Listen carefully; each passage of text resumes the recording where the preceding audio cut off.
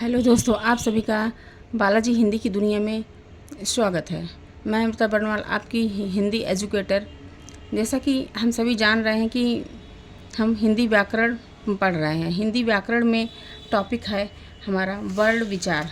वर्ण विचार में भी आज हमारी ये दूसरी क्लास है। इस दूसरे क्लास की शुरुआत करने से पहले हम वर्ण विचार के पहले क्लास का एक बार रिवीजन करते हुए फिर दूसरे क्लास की ओर आगे बढ़ेंगे। तो चलिए दोस्तों, हम सभी मिलकर पहले वर्ण विचार के पहले क्लास का रिवीजन करते हैं। वर्ण विचार भाषा की सबसे छोटी इकाई ध्वनि या वर्ण है। भाषा की सबसे छोटी मौखिक इकाई ध्वनि है। भाषा की सबसे छोटी लिखित इकाई वर्ण है, जैसे आ, ई, उ, री। किशोरी दास वाजपेयी के अनुसार वर्ण की परिभाषा: वर्ण वह छोटी से छोटी ध्वनि है जो कान का विषय है और जिसके टुकड़े नहीं किए जा सकते हैं। पंडित कामता प्रसाद गुरु के अनुसार वर्ण की परिभाषा: वर्ण उस मूल ध्वनि को कहते हैं जिसके खंड ना हो सकें, अर्थात जिसको टुकड़ों में नहीं बांटा जा सकता है, जैसे अ, ई, क, ख आदि। वर्ण या अक्षर रचना की दृष्टि से भाषा की लघुतम इकाई है। दोस्तों, यह पॉइंट हमेशा अक्सर किसी न किसी एग्ज़ाम में ज़रूर पूछा जाता है कि वर्ण भाषा की लघुतम इकाई क्या है। तो आंसर आएगा वर्ण या अक्षर। मात्रा: प्रत्येक स्वर के उच्चारण में जो थोड़ा बहुत समय लगता है उसे मात्रा कहते हैं। वर्णमाला: वर्णों के व्यवस्थित समूह को वर्णमाला कहते हैं। हिंदी में कुल 53 वर्ण हैं जो निम्नांकित हैं। हिंदी में वर्णों की संख्या भी अक्सर करके एग्ज़ामों में पूछ ली जाती है, अतः इसे आप ध्यान में रखिए कि हिंदी में कुल 53 वर्ण हैं। पहले 52 थे, अब वर्तमान में 53 हो गए हैं। मानक देवनागरी वर्णमाला: स्वर आ, ई, उ, री, ए, ओ, औ। और ये है उनकी मात्राएं। आगे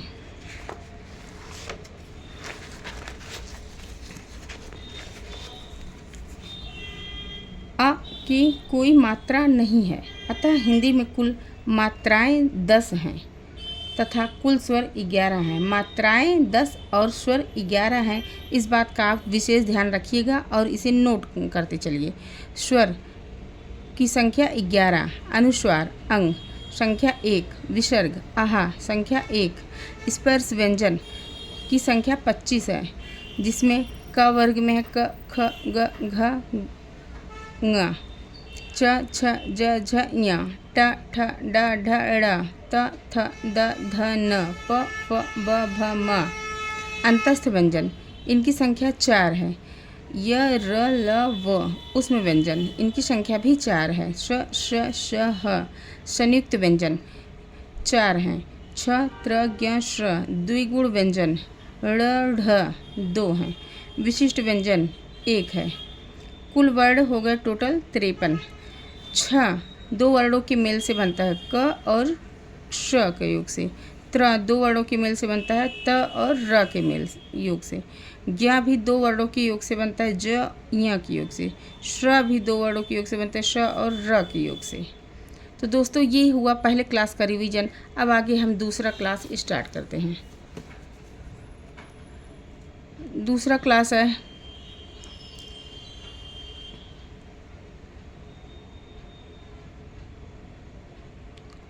अ। आजकल अंग्रेजी के प्रभाव से अ ध्वनि का भी हिंदी में प्रयोग अधिकतर होने लगा है। यह हिंदी के आ और ओ के बीच की ध्वनि है। दोस्तों, इस पॉइंट को आप नोट करिए कि आ अंग्रेजी का आ हिंदी के आ और ओ के बीच की ध्वनि है, अतः यह स्वर ध्वनि है जिसका प्रयोग अंग्रेजी शब्दों में होता है, जैसे ऑफिस, कॉलेज, कॉफ़ी आदि। सभी व्यंजन वर्णों के लिपि चिन्हों में आ स्वर रहता है, जैसे क में क आधा है, फिर आ के योग से वो पूरा हुआ। वर्ण के भेद: वर्ण 2 प्रकार के होते हैं, जैसा कि हम सभी जानते हैं स्वर और व्यंजन, जिसका रिवीजन अभी हमने पीछे किया है कि स्वर 11 होते हैं। संस्कृत व्याकरण में स्वरों को अच तथा व्यंजनों को हल कहा जाता है। इस पॉइंट को भी आप नोट कीजिए, ये भी बहुत ही इम्पॉर्टेंट पंक्ति है कि संस्कृत व्याकरण में स्वरों को अच तथा व्यंजनों को हल कहा जाता है। स्वरों के भेद, स्वरों के उच्चारण समय, उच्चारण स्थान, ओष्ठाकृति तथा मुखाकृति आदि के आधार पर निम्नांकित भेद हो सकते हैं। पहला, उच्चारण समय। उच्चारण समय की दृष्टि से स्वरों के 3 भेद होते हैं: ह्रस्व स्वर, दीर्घ स्वर और प्लुत स्वर। ह्रस्व स्वर, ह्रस्व स्वर को मूल स्वर भी कहते हैं।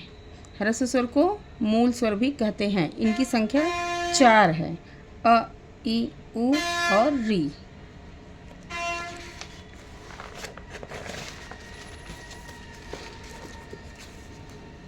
दीर्घ स्वर, दीर्घ स्वर को द्विमात्रिक अर्थात 2 मात्राओं वाला तथा गुरु स्वर भी कहते हैं।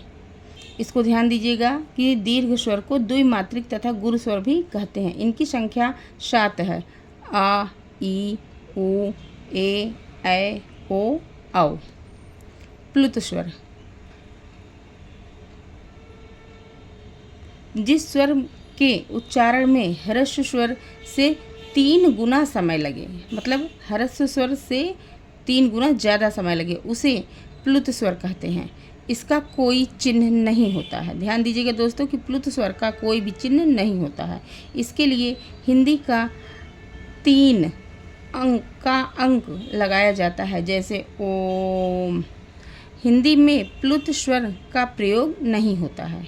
हिंदी में प्लुत स्वर का प्रयोग नहीं होता है। अब है ओष्ठाकृति के आधार पर स्वरों के भेद। स्वरों को ओष्ठों की यानी होठों की आकृति के आधार पर भी 2 वर्गों में बांटा गया है।